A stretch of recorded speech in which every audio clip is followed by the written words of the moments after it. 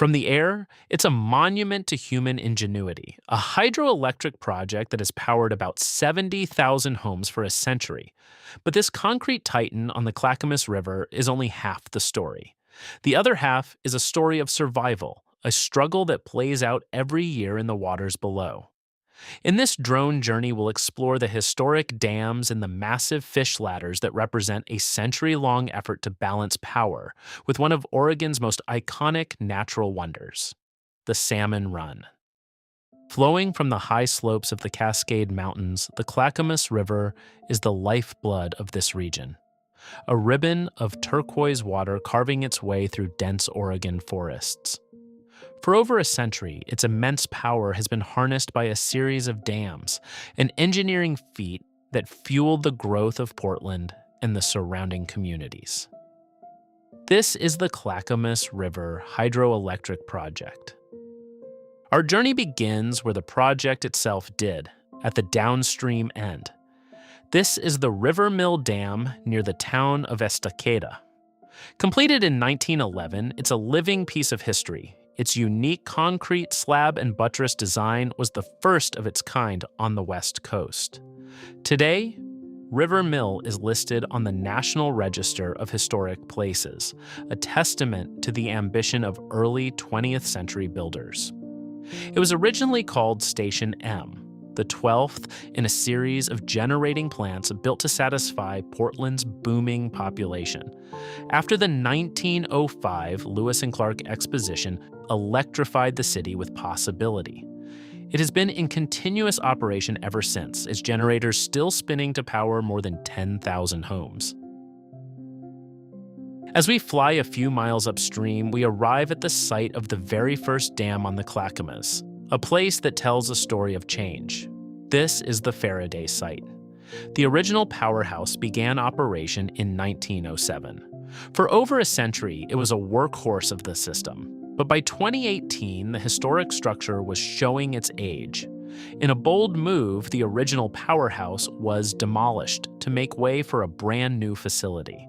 The new Faraday powerhouse, which came online in 2023, is a marvel of modern efficiency and safety.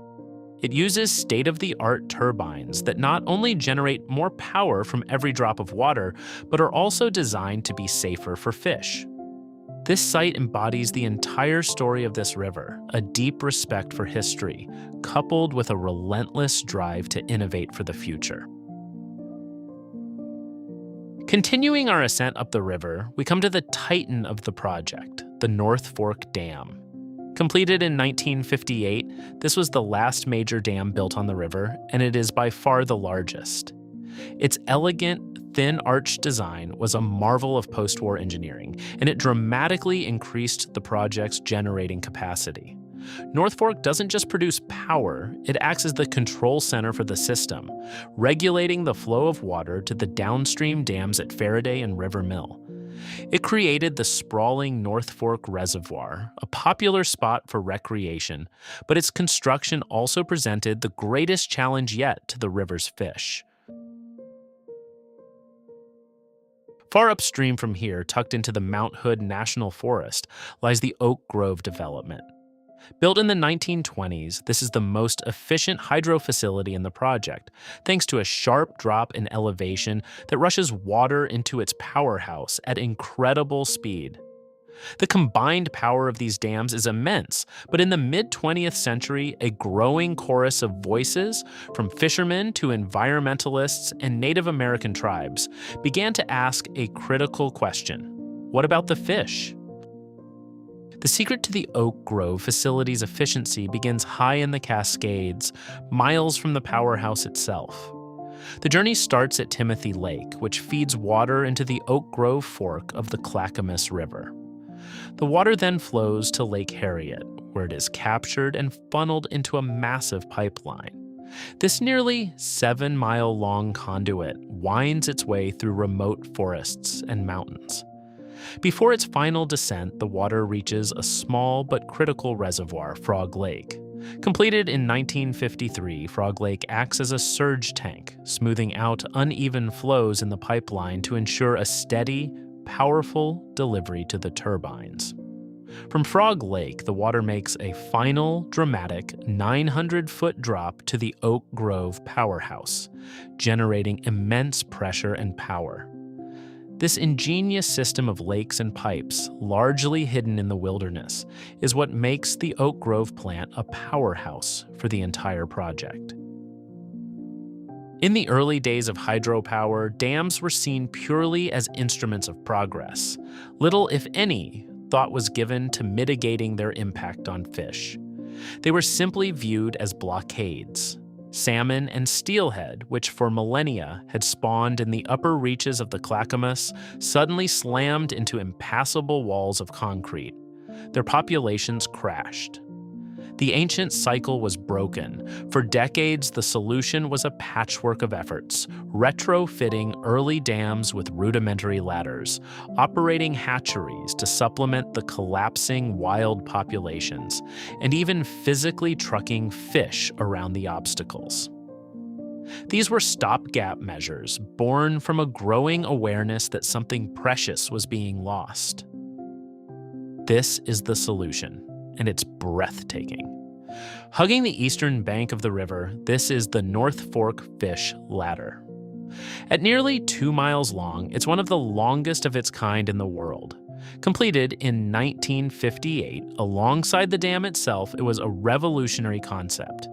It's not just a ladder, it's a system.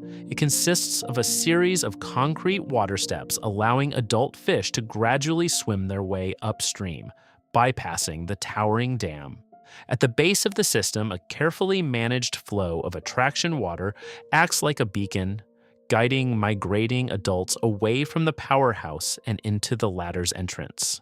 Once inside, they begin their steady climb. But the journey up is only half the battle. The young fish, called smolts, need to get down. For them, the spinning turbines of a dam can be a deadly hazard.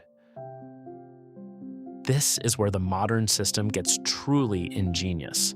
In 2015, a massive floating surface collector was installed in the North Fork Reservoir.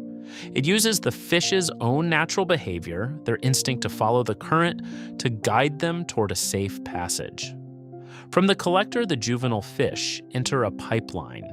It's a nearly 7-mile-long express route that whisks them safely past 4 of the project's dams. The 2-hour journey through the pipeline achieves a staggering 97% survival rate, one of the highest in the world. It reduced a perilous journey that could take up to 12 days down to a couple of hours.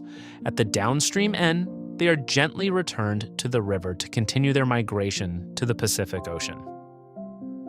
So, has it all been worth it? The hundreds of millions of dollars invested, the decades of research, the complex engineering? The answer is a resounding yes, and the proof is in the river. Since these modern fish passage systems came online, the results have been transformative. Wild spring Chinook salmon are now migrating past the dams a full month earlier, reaching the cooler headwaters when conditions are optimal for spawning.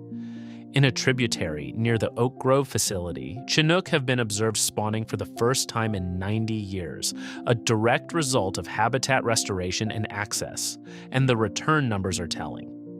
In 2023, the river saw a record return of over 19,000 coho salmon.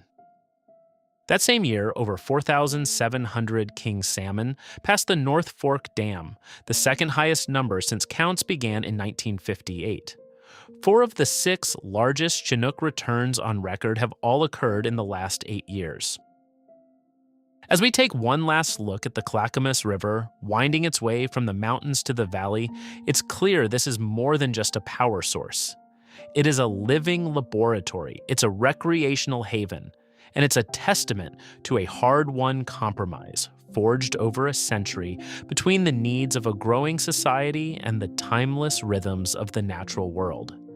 The concrete dams stand as monuments to our past ambition, but the thriving fish runs are a promise for our future, a future where power and preservation can and must flow together.